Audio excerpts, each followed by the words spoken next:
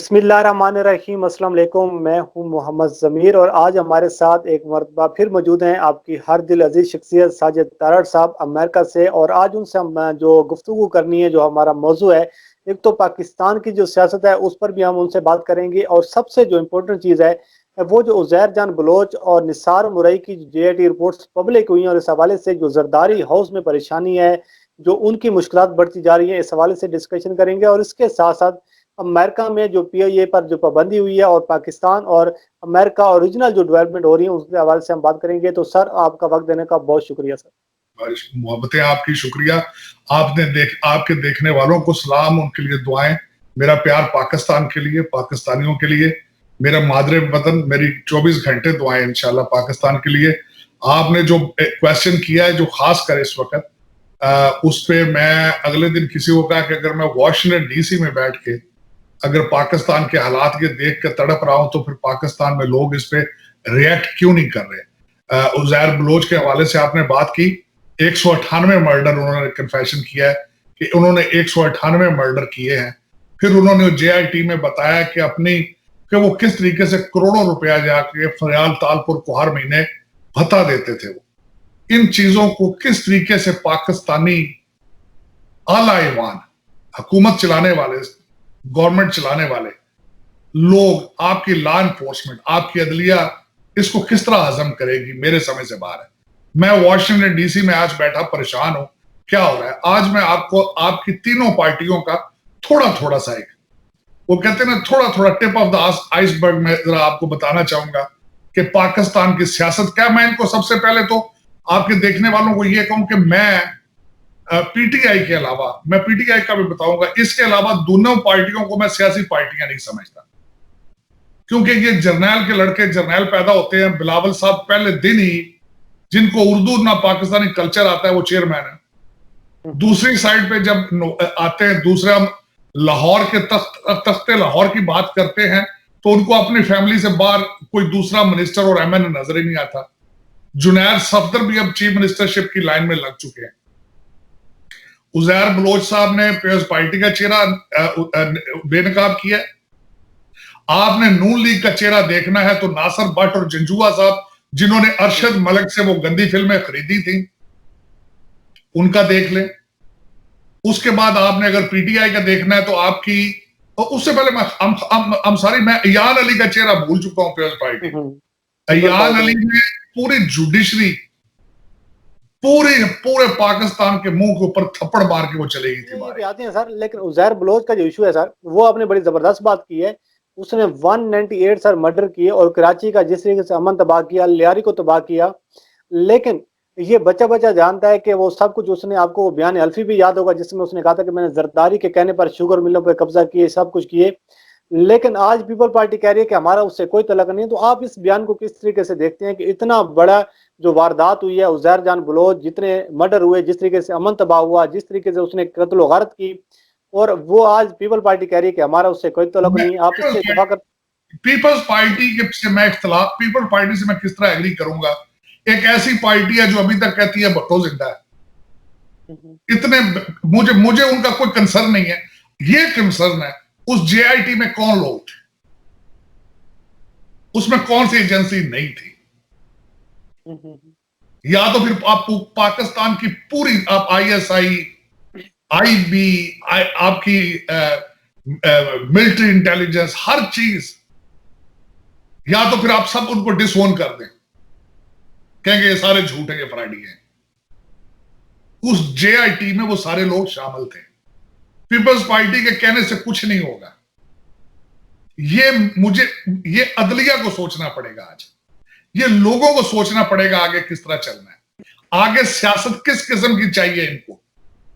आगे आपका तजिया क्या कहता है? आपका तजिया क्या कहता है सर? मेरा तजिया ये कहता है, मैं तो पीपल्स पार्टी को सियासी पार्टी नहीं समझता। जिनका चेयरमैन जो है, जो उर्दू नहीं जानता ना कल्चर जानता है, जरदारी साहब जो है, वो एक डाके के जरिए उन्होंने टेक ओवर किया पीपल्स पार्टी को, वो तो उसके में शामिल ही नहीं। पॉलिटिकल एक और बात है, लेकिन खानदानों के खानदान उजाड़ दिए गए, जिस तरीके से खून की नदियां बहा दी गई, जिस तरीके से सरों के साथ फुटबॉल खेला गया। अब इन चीजों को किसी न किसी जगह पर इन केसेस को मंतकी अंजाम तक तो पहुंचना है। तो पता तो चलना चाहिए कौन इसमें था कौन। तीन लोगों को, इसमें तीन लोग मैं समझता हूं जवाब दें। आपके chief justice supreme court Imran Khan साहब, और आपके मिलिट्री जो आपके इस वक्त बाजवा साहब है। ये इन तीन लोगों पे क्वेश्चन मार्क है ये कि पीपल्स पार्टी का क्या मुस्तकबिल है।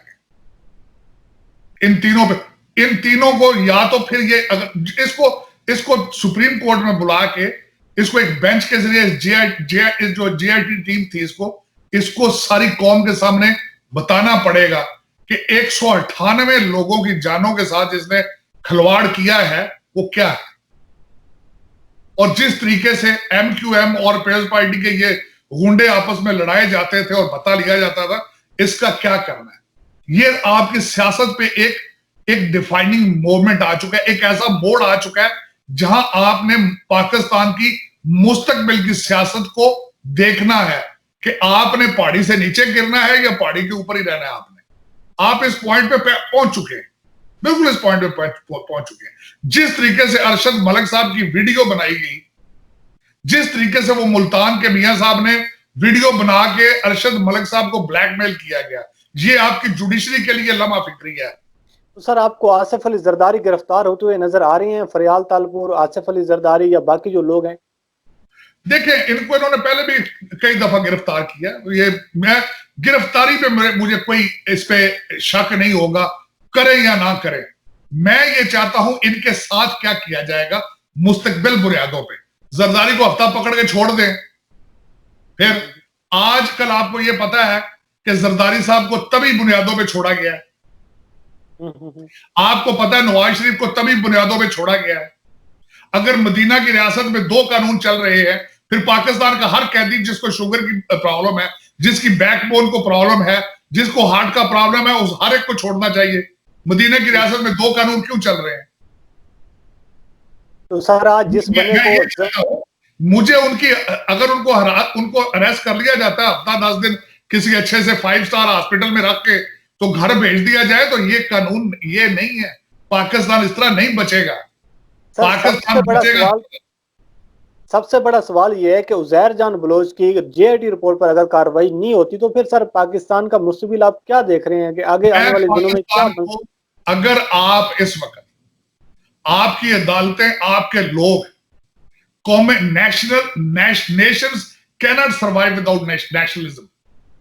अगर आपके अंदर नेशनलिज्म नहीं है, अगर आपके जजों ने बिकना है, अगर इन्होंने दुबईयों की प्रॉपर्टियां लेनी है, इन्होंने लंदन और न्यूयॉर्क में प्रॉपर्टियां लेनी है, तो फिर पाकिस्तान नहीं बचता। मुझसे पूछा गया, मैं आप ही के प्रोग्राम के वसासत से बताना चाहूंगा कि पाकिस्तान का हल भी क्या है, किस तरीके से पाकिस्तान बच सकता है, हमारे साथ हो क्या रहा है। उसमें ये उजैर बलोच की ये JIT report will play history, will remember it, कि इसको किस तरह जस्टिफाई किया गया। 198 कत्ल किस तरह हजम किए पाकिस्तान ने। फरियाल तानपुर को जो करोड़ों के हिसाब से भत्ता दिया गया, पाकिस्तान वो और पाकिस्तानी अवाम उसको किस तरह हजम करते हैं। ये आप एक डिफाइनिंग मोमेंट पे पहुंच चुके हैं। आपके बच्चे को पता होना चाहिए कि जज अरशद मलिक को किस तरह ट्रैप करके ब्लैकमेल किया गया, हर एक को पता होना चाहिए। और मैं सबसे बड़ी बात यह है, आपके वसासत से कहना चाहता हूं, अगर मुझे वॉशिंगटन डीसी में पता है तो इसका मतलब है कि पाकिस्तान में बहुत ज्यादा लोगों को पता है इस चीज का कि मलिक अरशद हाँ जी सर आज मुलाकात हुई है बिलावल हाउस में, बड़ी अहम मुलाकात थी मौलाना फजल रहमान की और आसिफ अली जरदारी की, और कुछ इतलात ये भी आ रही हैं कि ये गिरफ्तारी से बचने के लिए और गिरफ्तारी से पहले उनसे मुलाकात की गई है। और आपको याद होगा 2019 का धरना, कि उस वक्त भी जब नवाज शरीफ गिरफ्तार थे तो मौलाना फजल रहमान ने बड़ा अहम किरदार अदा किया था। उसके बाद अब आसिफ अली जरदारी पर मुश्किल है तो फिर दोबारा मौलाना फजल रहमान सरगर्म है। तो आप इसको किस एंगल से देखते हैं, किस इस पर तजिया क्या मैं देखता हूं कि वो इस्लाम को बेचने के लिए गए कराची। वो पहले भी मैंने अब देखा है, इस्लाम खतरे में हो जाता है, जमहूरियत खतरे में हो जाती है पैसों के लिए, डॉलरों के लिए। ये पाकिस्तानी कौम के लिए एक अलमिया, इससे ज्यादा कुछ भी नहीं है। मौलाना फजल रहमान साहब को 2 दफा सोचना चाहिए था कि आप क्यों जा रहे हैं, आपके वालिद साहब की हिस्ट्री क्या है, पाकिस्तान के लिए उनके क्या काम है, आप क्या कर रहे हैं, आप अपने धरने का किन से पैसे ले लेके धरने आप ले रहे हैं, आप क्या क्या कर रहे हैं। आपके पिछले, मुझे वॉशिंगटन डीसी में बैठे पता है कि इनके पिछले धरने को किन किन लोगों ने सपोर्ट फाइनेंशियली किया था, इनको किन किन लोगों ने चेक दिए थे, पैसे दिए थे। ये देगे 1-1 लाख बंदे की देगे खाने मौलाना फजलुर रहमान या मदरसे अफोर्ड नहीं कर सकते। इनके पीछे अवामल शामिल थे, इनके पीछे करोड़ों रुपया लगा हुआ था। ये मुझे अगर डीसी में पता है तो आपका क्या ख्याल है पाकिस्तान में नहीं पता? तो मौलाना फजलुर रहमान बेमानी है पाकिस्तान के लिए। पाकिस्तान में हर चीज बेमानी है। जब तक आपको पाकिस्तान चलाने वाले पाकिस्तान के साथ मुखलस नहीं होंगे,